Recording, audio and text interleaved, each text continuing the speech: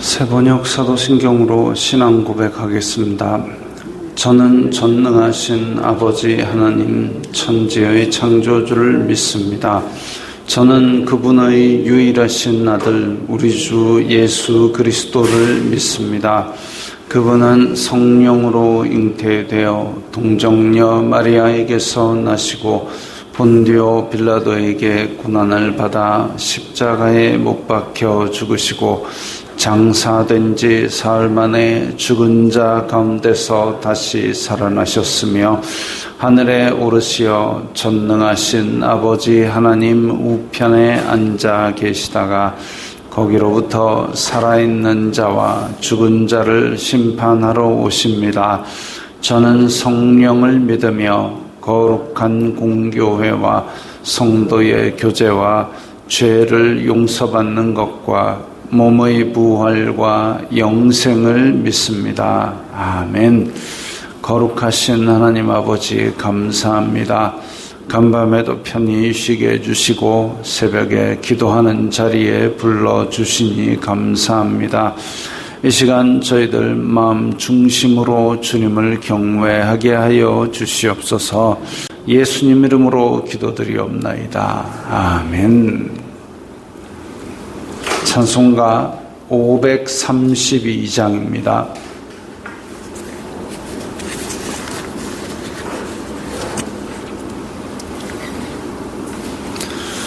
찬송가 532장입니다.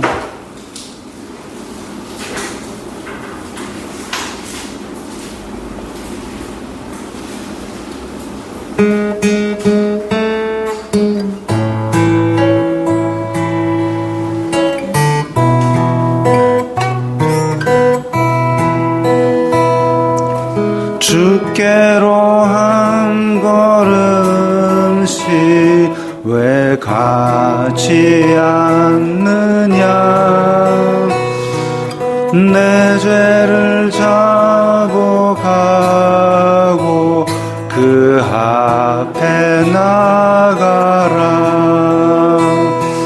한 걸음씩 한 걸음씩 주께 나오라. 주님께 아뢰이면 너 복을 받으리라. 값없이 주는 은혜 너 거절 말아라. 주께로 한 걸음씩 너 빨리 나가라. 주께서 너를 맞아 내 죄를 사하리. 한 걸음씩 한 걸음씩 주께 나오라. 주님께 아뢰이면 너 복을 받으리라. 값없이 주는 은혜 너 거절 말아라. 주께로 한 걸음씩 주 은혜 받으라. 기회를 잃지 말고 내 마음 정하라. 한 걸음씩 한 걸음씩 주께 나오라. 주님께 아뢰이면 너 복을 받으리라. 값없이 주는 은혜 너 거절 말아라. 주께로 한 걸음씩 곧 와서 아뢰라. 기쁘게 너의 몸을 주 앞에 드리라. 한 걸음씩 한 걸음씩 주께 나오라. 주님께 아뢰이면 너 복을 받으리라.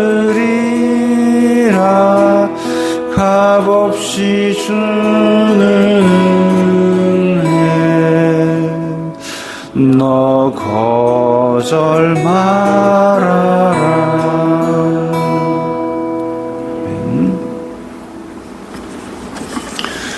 오늘 말씀은 사도행전 26장 24절부터 32절까지의 말씀입니다.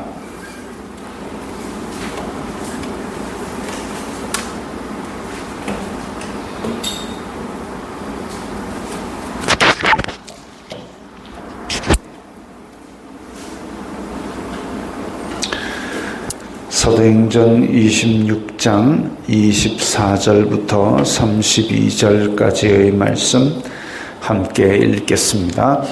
바울이 이같이 변명하매 베스도가 크게 소리내어 이르되 바울아 내가 미쳤도다. 내 많은 학문이 너를 미치게 한다 하니 바울이 이르되 베스도 각하여 내가 미친 것이 아니요 참되고 온전한 말을 하나이다. 왕께서는 이 일을 아시기로 내가 왕께 담대히 말하노니 이 일에 하나라도 아시지 못함이 없는 줄 믿나이다. 이 일은 한쪽 구석에서 행한 것이 아니니이다. 아그리빠 왕이여 선지자를 믿으시나이까? 믿으시는 줄 아나이다. 아그리빠가 바울에게 이르되 네가 적은 말로 나를 권하여 그리스도인이 되게 하려 하는도다. 바울이 이르되 말이 적으나 많으나 당신뿐만 아니라 오늘 내 말을 듣는 모든 사람도 다 이렇게 결박된 것 외에는 나와 같이 되기를 하나님께 원하나이다 아니라 왕과 총독과 버니게와 그 함께 앉은 사람들이 다 일어나서 물러가 서로 말하되 이 사람은 사형이나 결박을 당할 만한 행위가 없다 하더라. 이에 아그리빠가 베스도에게 이르되 이 사람이 만일 가이사에게 상소하지 아니하였더라면 석방될 수 있을 뻔하였다 하니라. 아멘. 자, 오늘 본문에는 두 종류의 사람이 등장합니다. 한 종류는 바울, 믿음이 있는 사람. 한 종류는 믿지 않는 사람들, 아그리빠 왕과 총독과 버니게 이 모든 사람들이 안 믿는 사람들입니다. 시각 차이가 완전히 다릅니다. 바울은 지금 자기에게 있었던 일을 하나하나 다 이야기를 했습니다. 실제로 있었던 일이죠. 바울이 겪었던 일이죠. 그럼에도 불구하고 베스도가 네가 미쳤도다라고 이야기를 합니다. 실제로 있었던 일을 이야기했는데 내가 미쳤도다. 너 많이 공부하더니 네가 미쳤구나. 그렇게 된 이유는 가장 핵심적인 건 부활이죠. 죽은 자가 어떻게 다시 살아나냐. 너 미쳤구나. 또 환상입니다. 예수님께서 빛 가운데 나타나셔서 너 내가 증인 삼을 거야. 근데 아그리빠는 알고 있고 베스도도 알고 있습니다. 예수님께서 예루살렘에서 죽으셨다는 거 알고 있습니다. 어떻게 죽은 사람이 갑자기 빛으로 나타나서 내가 이렇게 꼬꾸라지고 눈이 안 보였다가 그 다음에 또 눈 뜨게 만들고 이게 도대체 사람의 상식으로는 믿을 수 없다. 이 사람들은 신앙이라기보다는 자기의 상식에 근거해서 판단한 거죠. 환상을 보고 또 부활을 믿고 이것에 대해서 도저히 받아들일 수 없는 겁니다. 이거는 믿음의 영역입니다. 상식의 영역. 물건을 놨을 때 떨어진다. 나는 떨어질 줄 믿습니다. 아무도 그래 안 합니다. 떨어질 줄 믿는 사람 없어요. 그거는 상식이고 그렇게 해봐서 이제까지 다 그렇게 해왔기 때문에 아는 겁니다. 그건 상식입니다. 누구도 모르는 사람이 없습니다. 심지어는 개들도 또 아기들도 아기한테는 뭐 물리학을 가르친 적이 없지 않습니까? 그럼에도 불구하고 시각적인 절벽 쭉 투명한 판을 놔두고 가운데 구덩이를 파놓은 그래서 구덩이에는 이렇게 바둑판처럼 빗금을 그어서 이게 시각적으로도 이게 푹 들어갔다는 것을 알게 만들면 이 아기는 투명한 판이 딱딱한데도 불구하고 기어가다가 그 앞에서 멈춥니다. 왜? 절벽인 것 같거든요. 물리학을 가르치지 않아도 여기 떨어지면 내가 큰 해를 입겠구나 알고 그 위로 가지 않습니다. 아기도 알고 동물도 알고 그게 상식이죠. 그걸 우리는 믿는다고 그러지 않습니다. 안다 그러죠. 근데 그런 세계에 살던 사람이 그 이상의 세계, 환상의 세계, 영의 세계, 부활의 세계를 이야기하니까 이건 도저히 못 믿겠다. 못 믿겠다는 겸손한 표현이고 그걸 받아들이지 못하는데 나는 지금 왕의 자리, 재판장의 자리에 있고 지금 피고인석에 앉은 죄수로 끌려온 사람이 그걸 변론하니까 죄수라기보다는 피의자지요. 그러다 보니까 네가 미쳤도다라고 이야기를 합니다. 바울이 이게 아닙니다. 참되고 온전한 말입니다. 내가 미쳐서 제정신이 아닌 말을 하는 게 아니라 나에게 실제로 있었던 진실을 말하는 겁니다. 라고 항변을 했습니다. 그러면서 이거 아그리빠 왕은 이거 다 아시지 않습니까? 아그리빠 왕이요. 이런 내용 당신이 유대인들 사회에 살면서 다 알지 않습니까? 그리고 선지자 믿는 줄 압니다. 라고 이야기를 했습니다. 사실 아그리빠 왕이 선지자를 다 믿었겠습니까? 그냥 유대인의 풍습과 이런 것들을 잘 아는 사람이었겠죠. 그리고 거기에 선지자의 글들을 읽어본 사람이니까. 그래서 거기에 대해서 선지자를 믿으시나이까? 믿으시는 줄 아나이다. 어찌 보면 긍정적인 표현이죠.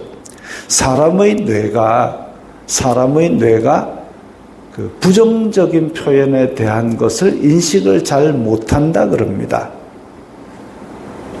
그래서 긍정적인 표현을 하면 동조를 쉽게 얻어낼 수 있습니다. 이게 무슨 의미냐면 뇌과학자들이 어떤 연구를 하나 진행했는데 스키 선수가 내려갈 때 그 깃대에 부딪히면 안 되잖아요. 깃대에 부딪히면 안 되니까 깃대에 부딪히지 마라, 깃대에 부딪히지 마라 그걸 얘기하면은 뇌는 이 부정적인 이거 부딪히면 안 된다 이걸 인식하다 보면 그것만 보인다는 겁니다. 그래서 스키 선수는 그 깃대에 부딪히면 안 되잖아요. 그러면 어떻게 해야 되느냐? 긍정적인 이야기로 길을 따라 가라 라는 것을 인식을 해서 가도록 만든답니다.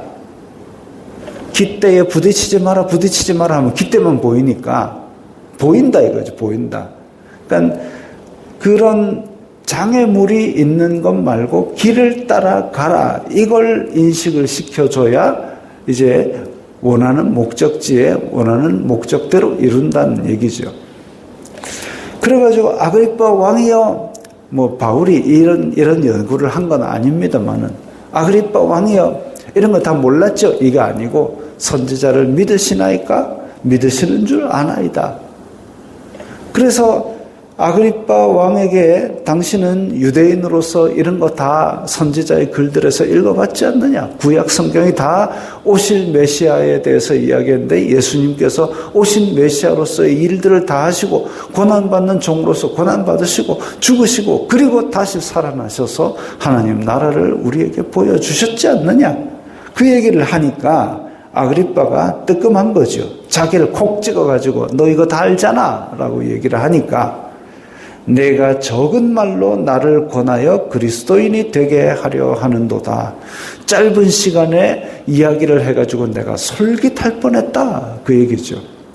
솔깃할 뻔했다라는 얘기는 그래도 자기는 상식의 세계에서 떠나지 않겠다는 고집입니다.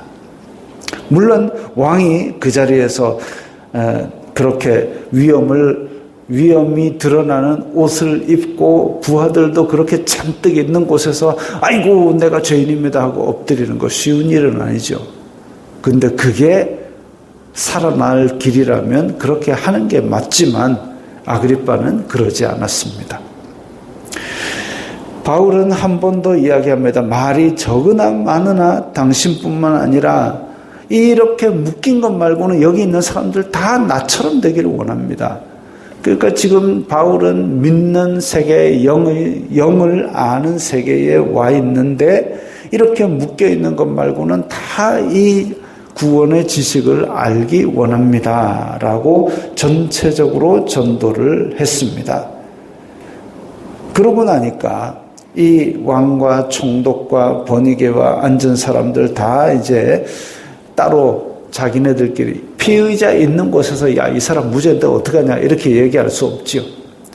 그래서 따로 이야기를 하되 이 사람은 사형이나 결박을 당할 만한 행위가 없다. 죄가 없다는 거죠. 로마 법에 의하면 이 사람 정죄할 수 있는 거 아무것도 없다.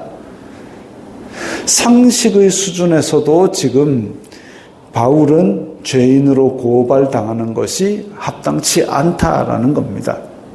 그런데 여기서 이 사람들이 하나 모르는 게 있습니다. 뭐냐면 바울의 사명입니다. 바울은 지금 예수님과 함께 너 로마로 가자. 할 일이 있다. 해가지고 로마로 가야 되는 사명이 있는데 그래서 바울은 가이사에게 상소하노라 해서 로마로 가는 길을 택한 것인데 그런데 여기 총독과 아그리빠 왕과 보니게와 이 사람들은 이런 사명을 전혀 모릅니다. 전혀 모르고 내가 로마의 법에 따라 너를 심판한다. 누가 누구를 심판합니까? 죄가 있는 사람이 죄가 없는 사람을 대놓고 심판하는 거 예수님 시절에도 있었던 일이죠. 빌라도가 예수님을 심판한다고 와가지고 사형 선고를 내리지 않았습니까? 죄를 정하지 않은 사람을. 그랬는데 이 사람들은 아그리빠 왕과 총독과 버니게는 서로 말하되 일단 무죄를 인정했습니다. 그리고 로마로 보내기로 그렇게 결정을 한 것이죠. 어쩔 수 없이 지금 이렇게 죄가 없는데 가이사에게 상소해가지고 아유 로마까지 올라가야 되냐 불쌍하다. 불쌍하긴 뭐가 불쌍해요. 바울이 불쌍한 게 아니라 이 왕과 총독과 버니게가 상식의 세계에서 하나님의 세계를 보지 못하고 구원의 도가 바울이 직접 대붕회를 했는데 그것을 받아들이지 않는 이런 불쌍한 사람들이죠. 이 사람들은 어쩔 수 없이 가이사에게 상소하는 것을 측은하게 여기고 있지만 신자의 시각으로는 이렇게 결박된 것 말고는 너네들이 더 불쌍한 사람이다. 죄 가운데서 죽을 수밖에 없는 그런 운명을 가진 너희들이 더 불쌍하니까 너희들이 이 결박된 것 말고는 이렇게 바울처럼 되기를 원한다라고 그렇게 이야기한 바울의 이야기. 이걸 듣고도 돌아오지 않은 그런 안타까운 이야기입니다. 서로가 서로를 보기에 안타깝죠. 바울이 보기에는 아니 이거 안 보이냐?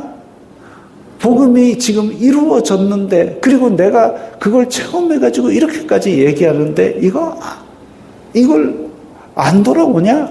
안타까운 마음으로 보고 이 아그리빠 왕과 총독과 버니게는 바울을 보기에 쟤 공부 많이 하더니 미쳤어.